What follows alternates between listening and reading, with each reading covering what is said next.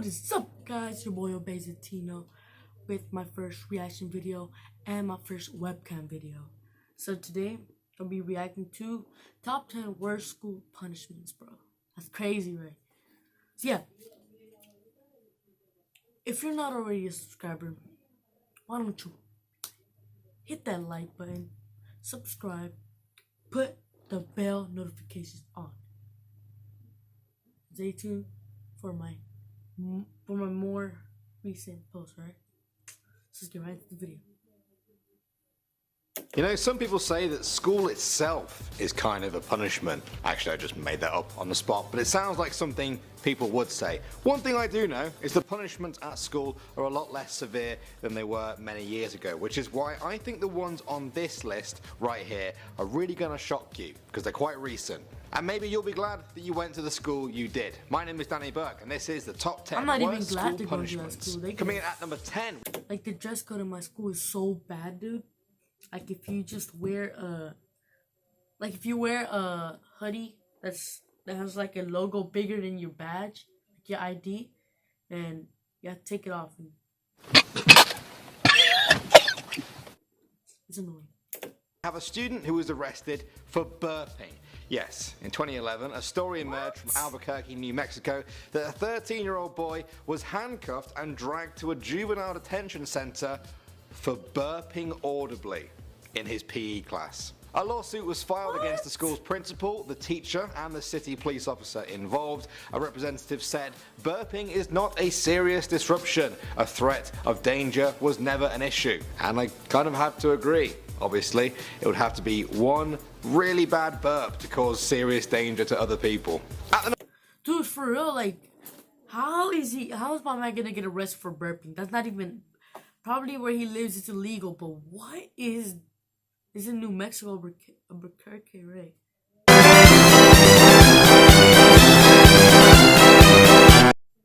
What? Oh my god. Number 9 spot now, we have eating lunch off the floor. This unbelievable story happened in 2009 when a teacher of a school told 7 kids aged 10 to 11 to eat their lunches off the floor for 10 straight school days because one of them, wait for it, accidentally spilt a jug of water on the floor. Absolutely mental. This one sounds like something straight out of Matilda, but it really did happen. For real, the teacher told them that if they let anyone know what was happening to them, the punishment would just continue for even longer. The school had to pay out $500,000 to the poor kids. Hopefully, they also had to eat their lunches off the floor too. At number 8 now, Dude, that's screwed up. That's honestly, because if you're going to school, you're going there to learn, and they supposedly give you care, but like, kids are gonna grow up knowing that, like, kids are gonna grow up with that, like how the teachers teach them, like, I don't know, explain it.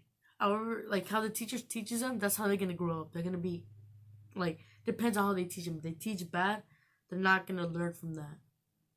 And like, that's not a good punishment. Like, I mean, it would be a good punishment, like giving detention. I mean, no, not even.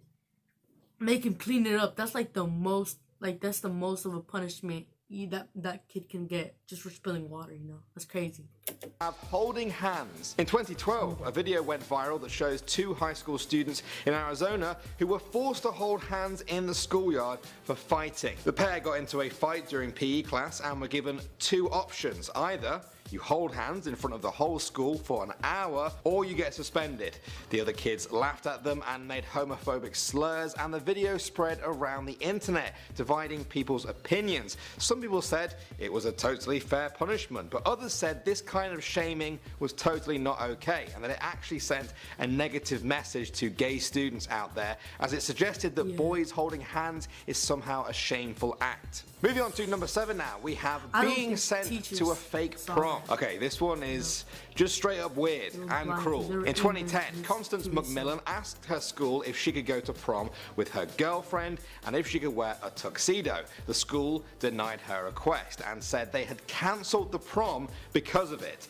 Then they set up a fake prom with only 6 people and invited her to that one while the rest of her classmates went to the real private prom 30 miles away. The school district was forced to pay her $35,000 for this insane humiliation they put her through. This is the kind of behaviour you expect from a twisted school bully, not the actual school itself. Coming in at number 6 now, we have being stuffed into a duffel bag. This insane story came to light in 2011 about a 9-year-old autistic boy called Christopher Baker who was shoved inside a duffel bag with the drawstrings pulled tight because he was acting up.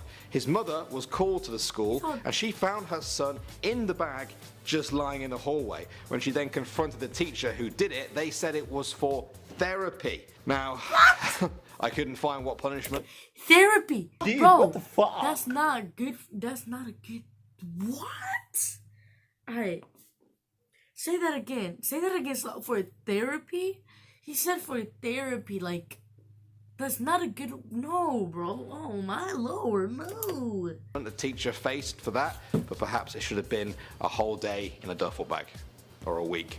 Moving on to number 5 now, we have the monster closet. Now this sounds like something straight out of a horror movie, and it's not really far off it. In 2012, it came to light that a teacher in Houston, Texas had been putting 4-year-olds in a monster closet when they misbehaved. They told kids that there was a monster in there and they wouldn't let them out as they cried out in the dark. One 4-year-old, Kellen Cheney, was put in there for laughing at another student. He cried so hard in the closet that he threw up and was sent home.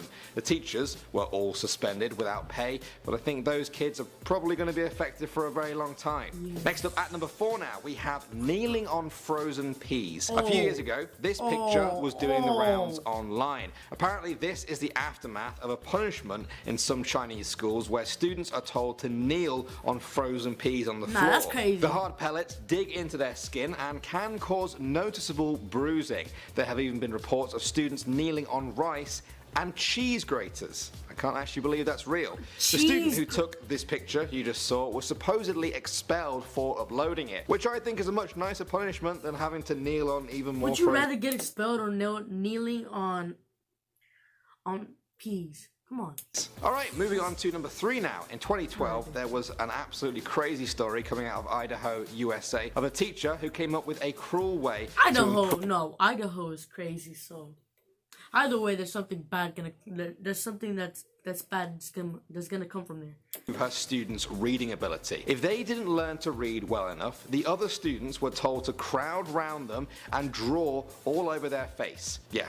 One mother had her 10-year-old return home with his entire face scribbled on with red marker, including his eyelids. If there was any space left over without ink, it was usually scratched by the rough edges of the pens. There was an absolute uproar from parents who said that the best way to help their kids learn to read might not be to humiliate them with face drawing, but to actually help them to read. Yeah, I know, right? Crazy talk. What am I on about? Next up at number 2 now, we have the cone of shame. Now this one is normally put on pets so they don't rip out their stitches after an operation. That makes it the obvious tool to use when disciplining school kids, right? Well, one Florida school teacher seemed to think so in 2012. This picture appeared online showing one 14-year-old with a cone of shame on their face as a punishment for misbehaving. She would also do the same to other students if they were late. Apparently the teacher used to be a vet and had the cone from that old job. She said it was a joke, but others think it went a bit too far. Alright,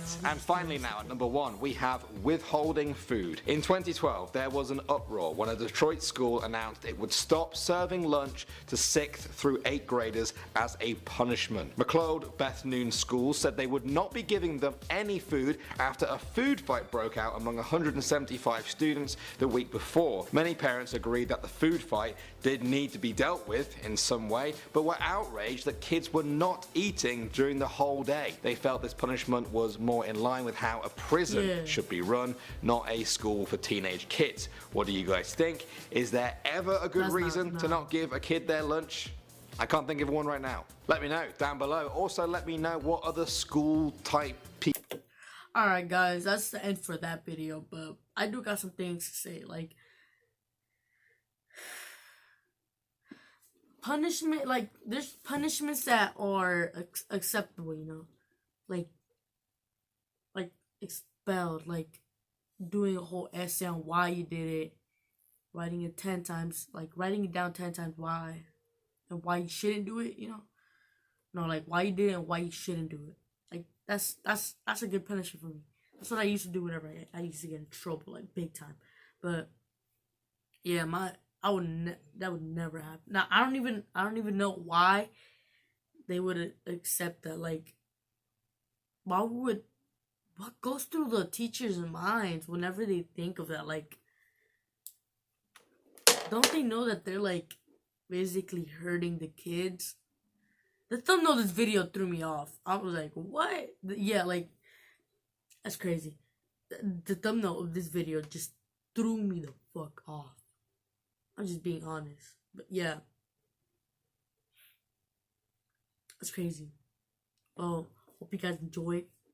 You know, me, leave a like, subscribe, and then hope you enjoyed the video. Yeah.